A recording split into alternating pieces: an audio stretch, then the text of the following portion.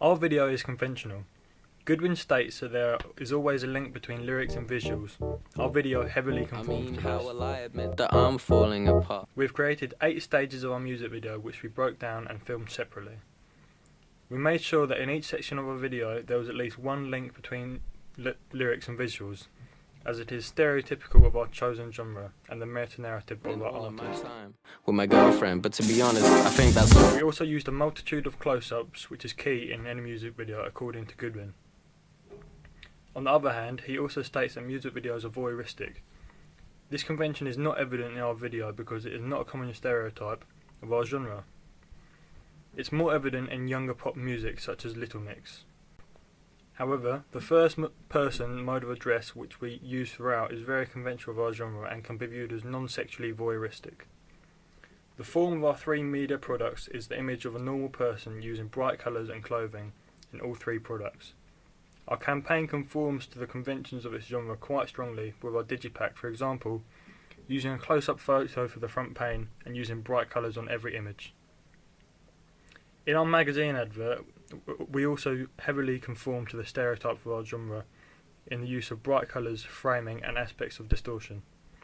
In terms of Stuart Hall's reading theory, the preferred reading of our text is that the artist is a fun young person and the narrative shows very literally the problems he is going through. Being at school makes me aware of how I haven't been myself in a while. Our narrative is simply a list of locations, the only order being the lyrics that locations fit with, apart from the chronological ordering of getting out of bed at the start and going to bed at the end, showing a clear start and finish.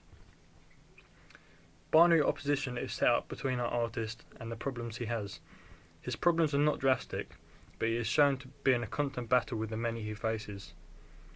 This is a strong binary opposite to the presentation of how the artist manages to pass his problems, as well as the meta-narrative of our artist, who is young, indie and fun. We present many of our signifiers in our video. For example, the picture falling crooked on the wall signifies falling apart. Having 2 of the same person in one shot talking to each other signifies having a split personality and even minor mental issues. Rain signifies not wanting to go outside, and standing alone in a field signifies having no friends. There is a discourse on gender in our music video, as even though there is no obvious sexual signs, like Robin Thicke's Blurred Lines video, our character is very obviously heterosexual male. This is clear in the things he does and says. For example, acting like he doesn't care about his problems is a stereotypical male trait. Using terms like fuck it shows his boisterous nature. And things he does, like standing in the rain or getting angry at a psychologist, also comply to this. Our media products reinforce dominant ideology by following the general stereotypes of our genre. The artist's meta-narrative is a background of no particular fame, more of a young fun teen than a celebrity. An important part of Rex Orange County's image is looking normal. This reflects his meta-narrative and makes him more present to his viewers, however also being a popular icon, creating Dyer's sense of incoherence, keeping the artist interesting. The advertisement was designed to run in Clash magazine as it focuses on young artists who often have an individual image. The people who read Clash would be likely to be interested in Rex Orange County's music. This could in turn potentially widen or simply expand the target audience for him. We chose to design a magazine advert in which we created a distorted looking image using 2 different size photos. This is something Rex Orange County used in one of his tour posters. We also used the rule of thirds when creating our page, which is stereotypical of the genre. The use of visual motifs such as yellow puffer jacket, which is present in the video and both ancillary products, reinforces the fact that our artist is an indie artist and conforms and relates with the style of the artist and his products.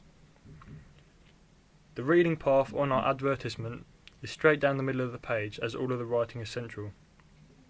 The name of the artist is the most prominent aspect and is the first thing you see, followed by the Out Now and then the name of the album. The image behind the writing was deliberately chosen as it's not an overpowering image. We overlaid 2 of the same photo to create a psychedelic effect and draw attention away from the face of our artist, something which is stereotypical of the genre and we also used in our digipack. The main font we use throughout our ancillary text is a scribbly kind of handwritten font which we chose due to the invention of words, which was written on the wall of our digipack photo. This font anchors the meta-narrative of our artist of being a normal person and ties in well with our amateur-styled photography and boy next door theme. Both texts link to our video through signifiers such as yellow jacket, as well as the common facial expression of the slight grumpiness mixed with a sense of I don't care.